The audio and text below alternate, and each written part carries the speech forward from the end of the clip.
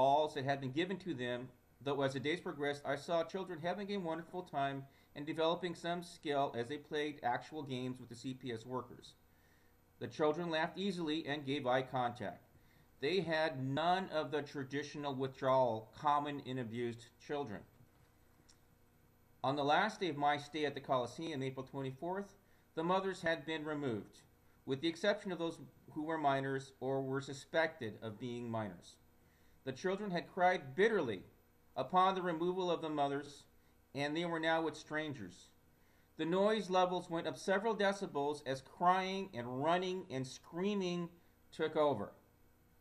Children were grabbing toys from others and using the toy weapons as play weapons against each other and their play captors. In my estimation, they were acting out their fear and anger.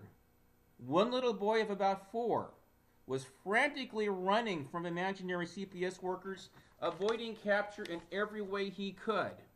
Once caught, I held him firmly in my arms while he wept that he didn't want them to take his mother. Now about the CPS personnel. I personally did not see some of the individual acts of rudeness or intolerance viewed by some of the others in our group. I did see some wonderful interactions with CPS and some of the children as they read stories and played games. One young man sat 2 hours comforting a toddler after his mother was taken. However, some of them seemed to be thoughtless in their dress or in their blunt demeanor. Some were totally invested in the CPS philosophy. Others had questions about the wisdom of the plan. However, the CPS philosophy itself was the primary problem. I also saw a woman I know personally had been a prison principal and now employed with CPS. She seemed to have retained an attitude that these people were inmates.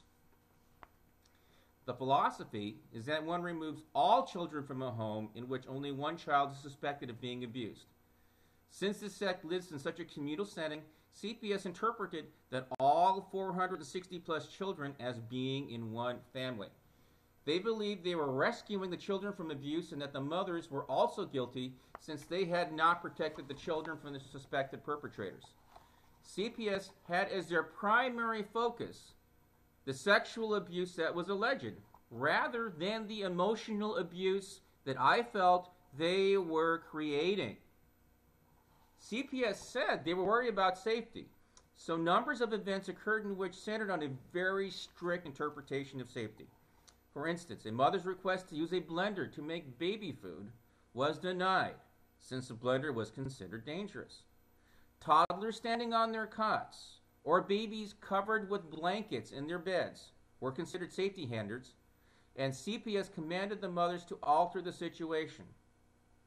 The mothers had not been charged with a crime, yet their cell phones were removed since I presume CPS had determined that there might be conversations with outside individuals to plan to kidnap the children. Who's kidnapping who?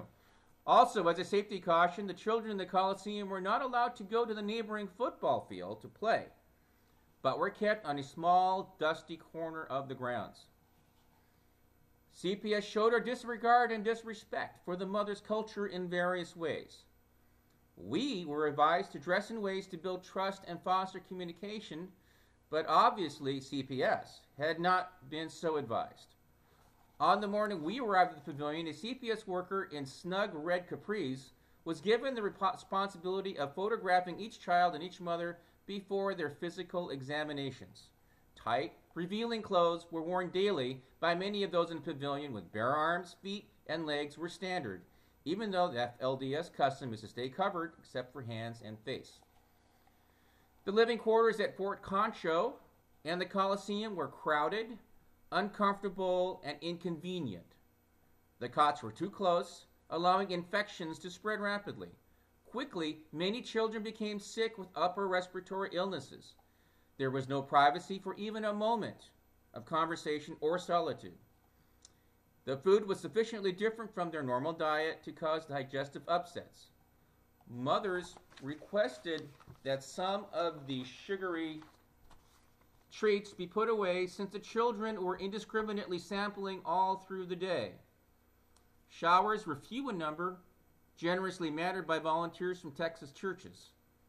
The families had not had enough clothing for more than 2 days, so dirty laundry was a constant problem, and again the facilities were meager. One mother told the CPS had allowed her only one bag to pack for herself and 6 children. I was told that on one night the laundry failed to return the wash sheets and blankets to one of the barracks, and the entire group had to sleep on bare cots on a very cool evening. Sleeping was very difficult, with great numbers of CPS workers there to watch every mood and record all activities.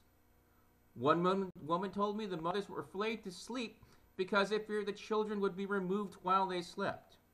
Therefore, the mothers arranged for some of their own group to stay awake all night to monitor the CPS workers. The woman told me they were particularly uncomfortable with how many men were assigned to watch them. Nap times were also very difficult since the light level remained too bright and the noise level was always too high for most people to be able to fall asleep. On Thursday morning, April 24th, 2008, I witnessed a young mother named Rosaneth be required by CPS to board the bus back to the ranch, though her young child was in the hospital with a 104-degree fever, even though the child's physician had personally requested the mother's presence at the hospital. This event haunts me still, and I cannot imagine such a heartless act. I spent hours contemplating the scenes I had witnessed.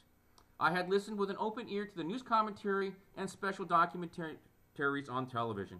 I believe in a free and democratic society where women are equal to the men and are allowed to make choices and even mistakes on their own. I believe older adults should protect young men and women and not take advantage of their youth and experience for their own sexual pleasure. I do not believe in polygamy, and I see that as proof that the men in the sect see women as property. I do believe that what we should do, what is necessary to convince this community to abandon these practices is non-essential to their religion. However, also know the research on long-term consequences of removing children from loving parents. I do believe the emotional abuse of all 460 plus children must be weighed in the equation.